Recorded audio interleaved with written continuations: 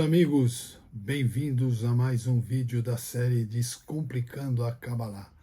Eu sou Sérgio Battarelli e o tema do vídeo de hoje, Elias está à frente da redenção. Elias é que vai anunciar a redenção ou a chegada de Mashiach. O profeta Malaquias diz: Eis que vos enviarei Elias, o profeta, antes da chegada do grande e incrível dia de Deus. Elias aparecerá para anunciar a vinda de Mashiach. Alguns dizem que ele chegará 3 dias antes da revelação de Mashiach. Outros dizem que ele chegará antes da guerra de Gog-Magog, que precederá a chegada de Mashiach. Independentemente disso, o fato de que Elias ainda não apareceu não impede, veja bem, não impede Mashiach de vir neste exato momento. Então não é uma obrigação. Pode ou não pode. Mashiach pode vir antes de Elias. Se formos considerados merecedores hoje, Deus não atrasará a redenção nem mesmo um momento, um minuto extra. Então, se a gente estiver agindo de acordo com a vontade de Deus, Deus não vai atrasar a redenção nem um momento. Ou seja, ele envia Mashiach agora. É o que nós pedimos, os judeus mais ortodoxos, mas os judeus de uma forma geral, que é Mashiach agora.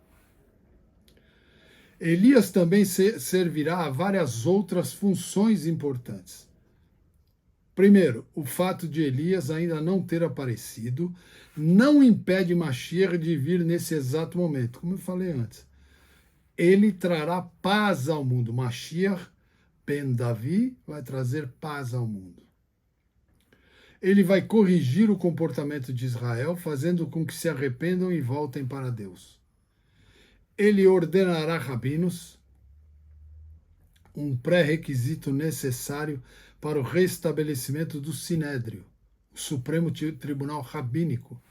Para ser elegível a servir no Sinédrio, era preciso ser ordenado por um indivíduo que pudesse rastrear a cadeia de sua ordenação de volta até Moisés, porque quem criou e montou o Sinédrio foi Moisés, que foi quem ordenou Josué e os 70 anciãos, ao longo do exílio. Esta cadeia foi quebrada. Então, durante se quebrou, ninguém sabe mais a origem de quem. Então, ele emitirá decisões sobre disputas alahicas, ou disputas sobre a lei da Torá. Disputas não resolvidas. Ele informará a cada judeu a qual das 12 tribos ele pertence. É o único que poderá falar: você pertence a essa tribo, você a essa, você a essa, você não é judeu, você que acha que não é judeu, você é judeu, e assim por diante. Sua capacidade de estabelecer a ascendência tribal de cada judeu decorre de um dos seus passatempos favoritos: atender às circuncisões. Quem atende à circuncisão? Qual a cadeira para quem numa circuncisão de um bebê a gente deixa lá vazia? É a cadeira de Elias. Então Elias acompanhou todas as circuncisões de todos os judeus na história do povo judeu. Então ele sabe quem é quem, de onde cada um vem. Quem melhor para contar a linhagem de cada judeu do que alguém que estava em cada circuncisão judaica? Não tem melhor, é Elias. Mesmo porque Elias não morreu. Se você olhar na Torá, Elias é um dos poucos que não morreu. Deus levou ele. Ele não tá, ele está lá em cima, vivo. Ele não morreu. O corpo físico dele também não morreu. E aí podem perguntar, eu já expliquei isso em outros vídeos, mas uma alma, um espírito, ele pode se dividir em milhares de faíscas e atender vários lugares, milhares de lugares ao mesmo tempo, quando ele vai atender as circuncisões. A gente já falou isso das faíscas da alma.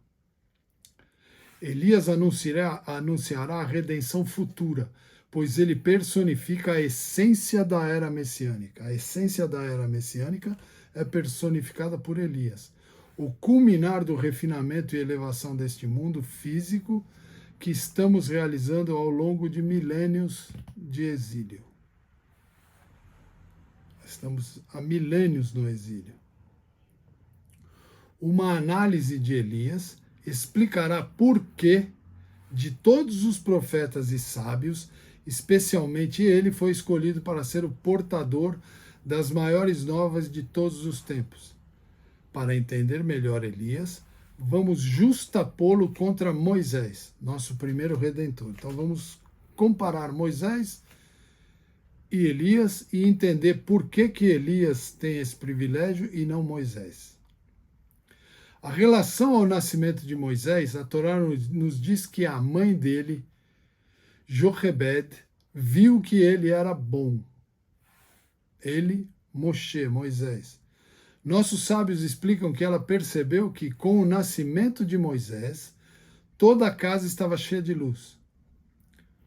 Em um nível mais profundo, o lar é uma referência ao corpo, o domicílio da alma. O nosso corpo é o domicílio da nossa alma. Para a maioria das pessoas, a vida é uma luta constante entre a alma e sua agenda espiritual e o corpo e seus desejos e impulsos materiais. Para essas pessoas, o desafio da vida é trabalhar para refinar o corpo até que esteja em harmonia com a alma. Então você refina para que não se deixe levar pelos impulsos animalescos do corpo físico e aí fica em harmonia com a alma.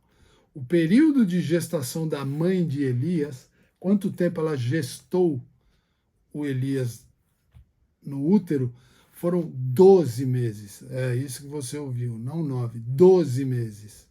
Que não foi o caso de Moisés. A alma de Moisés era tão poderosa que, apesar de sua descida a um corpo, sua santidade não foi prejudicada. Seu corpo não podia esconder a sua luz. Nunca foi páreo para a intensidade da sua alma. O corpo não aguentou. A alma era muito mais poderosa que o corpo de Moshe. As necessidades corporais de Moisés eram um tanto irrelevantes. O que importava mais para ele era o espiritual. Seu corpo era meramente um veículo através do qual sua notável alma se comunicava com este mundo. Por isso que ele tinha alguns defeitos físicos. Esta é a razão interna pela qual Jochebed, mãe de Moisés, estava grávida de Moshe por 6 meses. Moshe nasceu com 6 meses de gravidez.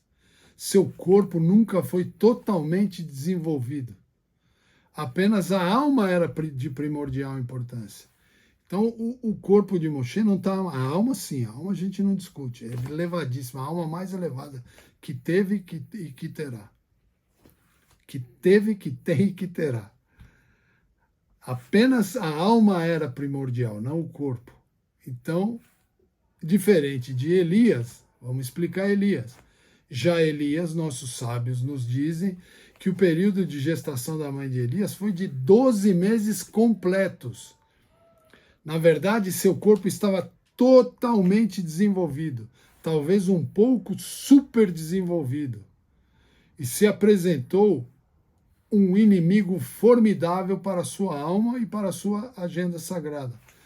Ou seja, o corpo estava perfeito e ele tinha tanta força quanto a alma e a sua agenda sagrada, a agenda sagrada da alma.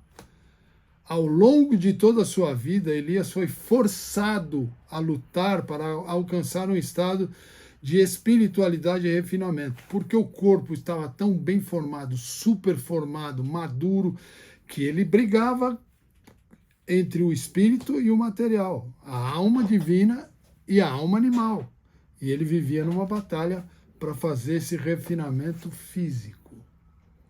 Sua natureza inata, animalista, é aludida em seu nome hebraico, Elial, que incrivelmente tem o mesmo valor numérico que a palavra behemá, que é animal.